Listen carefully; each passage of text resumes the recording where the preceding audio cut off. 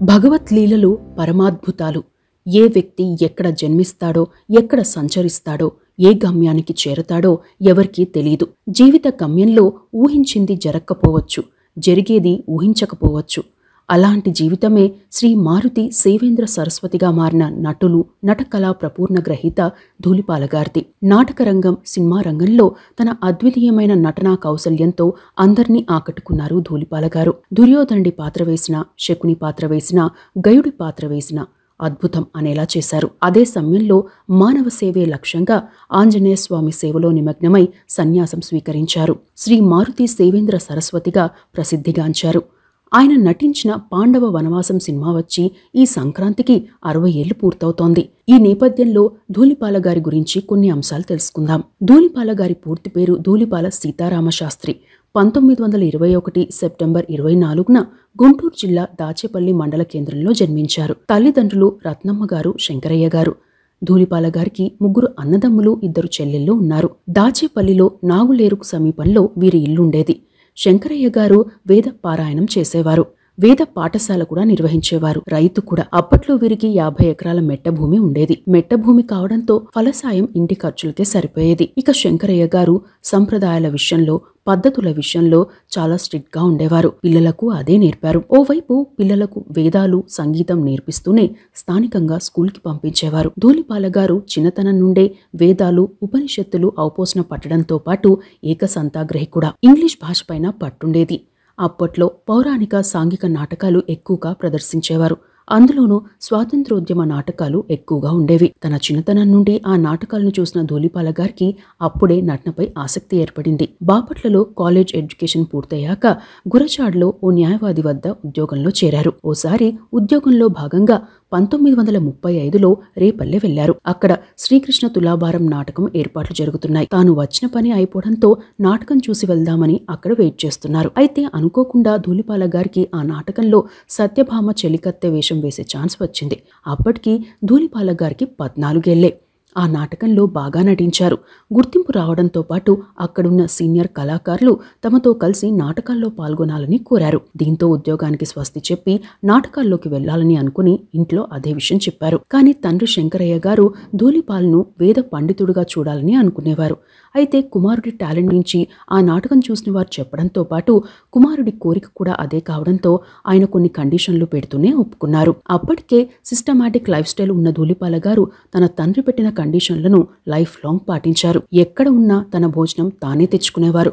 బయట tea, coffee తాగేవారు కాదు. ఇక నాటకాల్లోకి వెళ్ళాక వరుసగా 3 ఏళ్ల పాటు ఆడవేషాలే వచ్చాయి. చింతామణి నాటకంలో రాధా పాత్రతో మంచి గుర్తింపు తెచ్చుకున్నారు. ఇక రేపలలో ప్రదర్శించిన బొబ్బిలి యుద్ధం నాటకంలో మల్లమాంబ పాత్ర పోషించారు. ఆ నాటకంలో ప్రముఖ రంగస్థల నటులు మాధవపెద్ది వెంకట్రామయ్య గారు, గోవిందరాజు సుబ్బారావు గారు, పెద్దిపాటి చలపతిరావు గారు కూడా ఉన్నారు. ఆ నాటకంలో ఓ పద్యం పాడేటప్పుడు ధూళిపాలగారి గొంతు మారింది.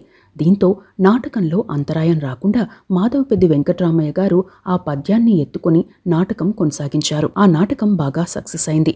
ఆ నాటకం అయ్యాక మాధవపెద్ది వెంకట్రామయ్య గారు ధూళిపాలగారితో మాట్లాడుతూ, నీ గొంతులో మార్పు వస్తుంది, శృతి మారుతోంది. నాటకంలో ఎప్పుడూ రమ్యత చెడకూడదు. నువ్వు పిల్లవాడి వయసు నుండి యుక్త వయసులోకి వస్తున్నావు. ఇక నుండి నువ్వు ఆడవేషాలు వేయకు అని చెప్పారట. అప్పటి నుండి ధూళిపాలగారు ఆడవేషాలు ఆపేశారు. ఆయన వద్దే శిష్యరికం చేసి మరికొన్ని మెలకువలు నేర్చుకున్నారు. ఆయన సారథ్యంలోనే దుర్యోధన పాత్ర పోషించారు. అఖిలాంధ్ర పాండవోద్యోగ నాటక పోటీల్లో ప్రథమ బహుమతి పొందారు.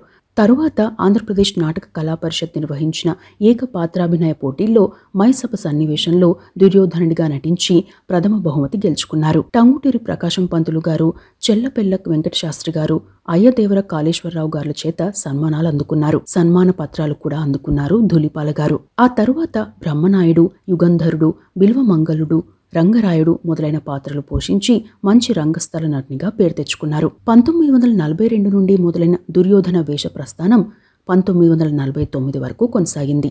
తెలుగు రాష్ట్రాలతో పాటు కర్ణాటక, తమిళనాడు, గుజరాత్, మహారాష్ట్ర, పశ్చిమ బెంగాల్ ఇలా పలు ప్రాంతాల్లో పర్యటించి నాటకాలు వేశారు. 1949లో గుంటూరులో స్టార్ థియేటర్స్ పేరుతో నాటక సంస్థను ఏర్పాటు చేసి అక్కడ నిత్యం పౌరాణిక నాటకాలు ప్రదర్శించేవారు. అక్కడ నిర్వహించిన కురుక్షేత్రం నాటక ప్రదర్శనకు మంచి గుర్తింపు వచ్చింది. ఆ నాటకంలో ఈలపాట రఘురామయ్య గారు, పీసపాటి నరసింహమూర్తి గారు, షణ్ముఖ ఆంజనేయరాజు గారు ఒకటో కృష్ణుడు, రెండో కృష్ణుడు, మూడో కృష్ణుడి పాత్రలో నటించగా దుర్యోధనుడి పూర్తి పాత్రలో ధూళిపాల గారు నటించారు. అప్పటి నుండి తెలుగు నాటక రంగంలో దుర్యోధనుడి పాత్ర చేయాలన్నా, కురుక్షేత్రం ప్రదర్శించాలన్నా, గయోపాఖ్యానం చేయాలన్నా ధూళిపాల గారు గుర్తొచ్చేవారు. వేమూరి రామయ్య గారు, అద్దంకి శ్రీరామమూర్తి గారు, బుల్లిపాటి వెంకటేశ్వరులు లాంటి మహామహులతో కలిసి నాటకాలు వేశారు. ఇక 1959లో అప్పటి మద్రాస్ ఇప్పటి చెన్నైలోని వాణిమహల్లో దర్శక నిర్మాత బిఏఎస్ ప్రొడక్షన్స్ అధినేత బిఏ సుబ్బారావు గారి నిర్వహణలో రోషనార నాటకం కోసం ధూళిపాల గారిని ఆహ్వానించారు. ఆ నాటకంలో కంపన్న దొరగా రామసింహుడి వేషం గట్టారు ధూళిపాల గారు.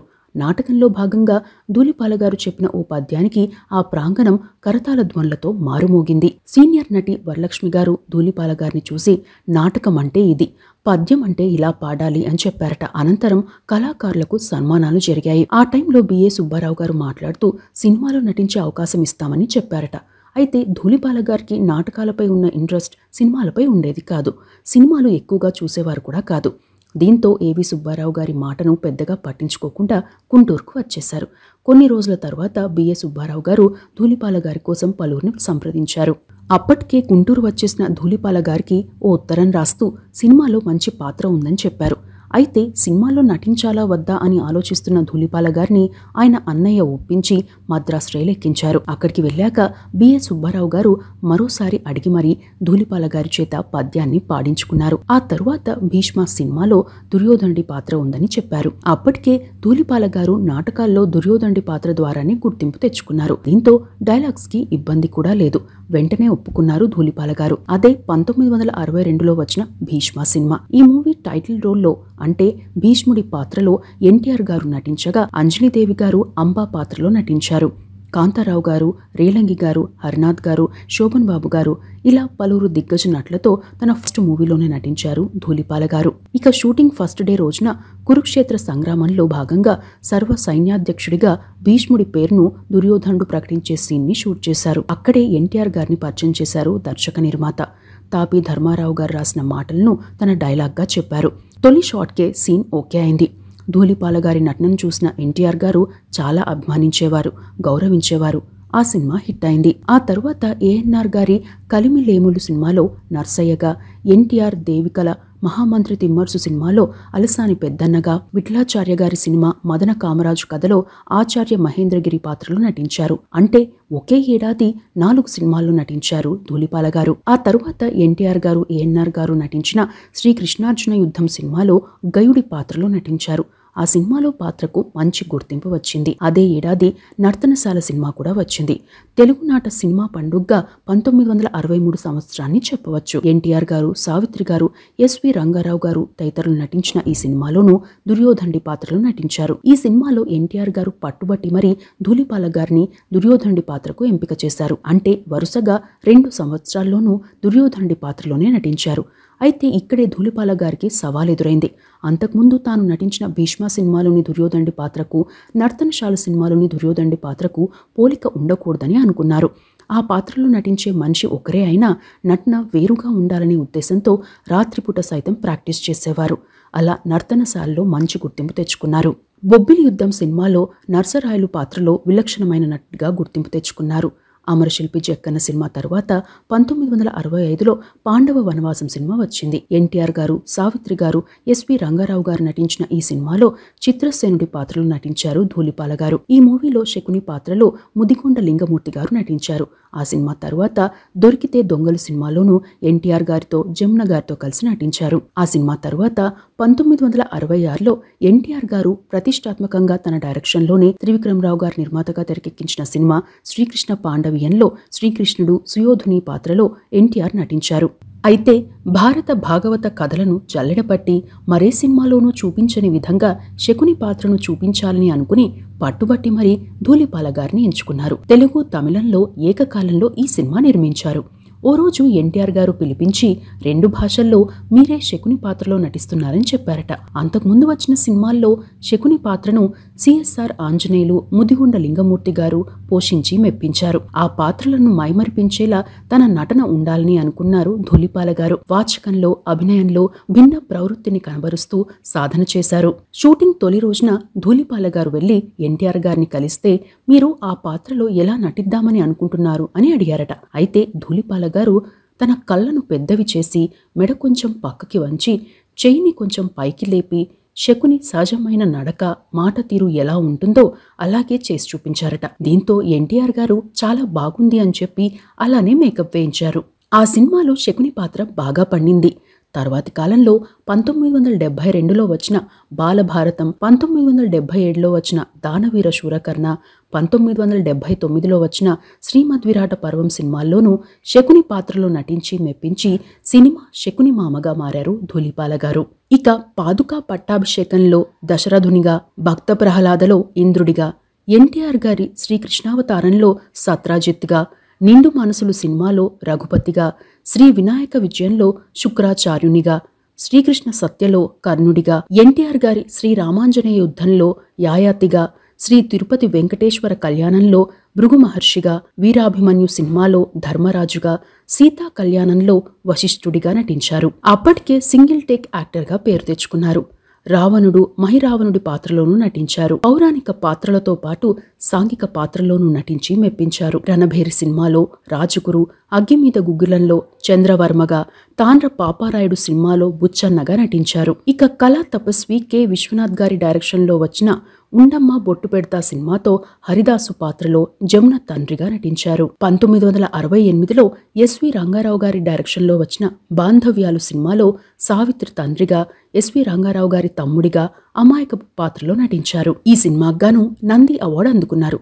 మొత్తం మీద తన 62 పైగా నట జీవితంలో 1000కి పైగా నాటకాలు, 100కు పైగా సినిమాల్లో నటించారు.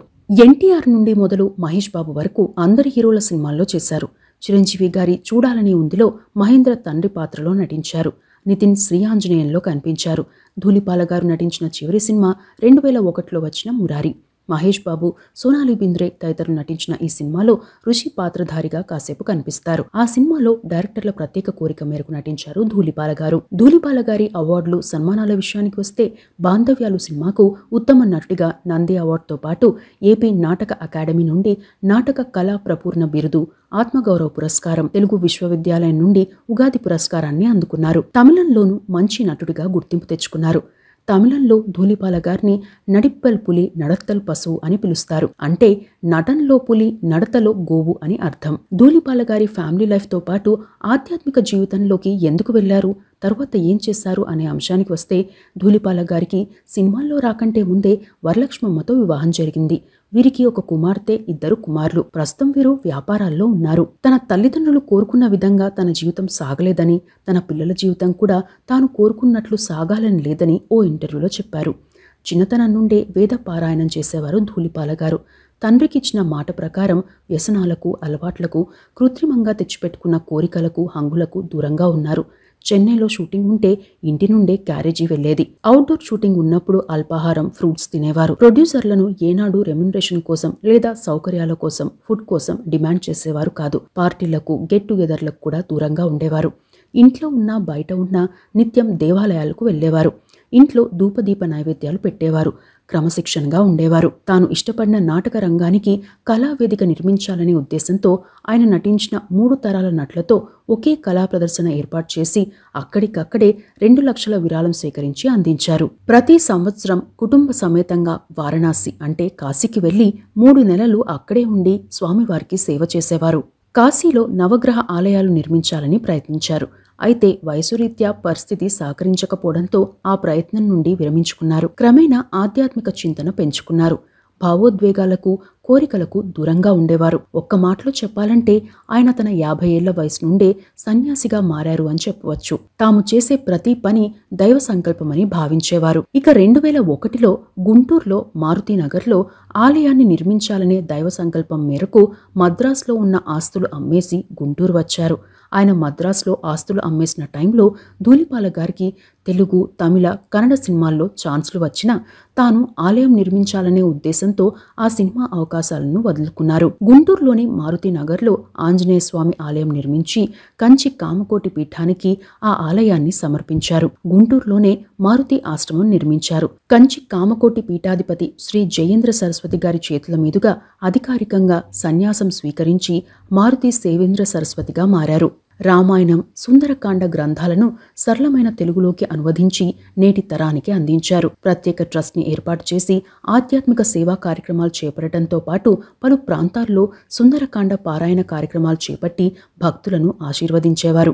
మానవీయ శక్తిని నడిపించేది దైవశక్తే అని చెప్పేవారు. ఏప్రిల్ 13, 2007 ఊపిరితిత్తుల ఇన్ఫెక్షన్ కారణంగా తన 85 ఏళ్ల వయసులో కన్నుమూశారు. మరికొన్ని విషయాలకు వస్తే ఓ ఇంటర్వ్యూలో ధూళిపాల గారు మాట్లాడుతూ, చాలామంది మన సినిమాల్లోని పద్యాలను ప్రస్తావిస్తూ అప్పట్లో రాముడు, కృష్ణుడు పద్యాలను పాడేవారా అని ప్రశ్నించేవారు. వారు పద్యాల రూపంలోనే తమ భావాన్ని చెప్పేవారని సమాధానం చెబుతున్నాను.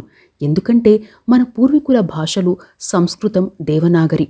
ఆ భాషల్లోనే అన్ని గ్రంథాలు ఉన్నాయి. ఒక పదాన్ని రకరకాల ఎక్స్ప్రెషన్స్తో పలికితే రకరకాల అర్థాలు వచ్చేంత గొప్ప చరిత్ర భాషలు మనవి. అందులోని అర్థాలను అందరూ తెలుసుకోవాలని చెప్పేవారు.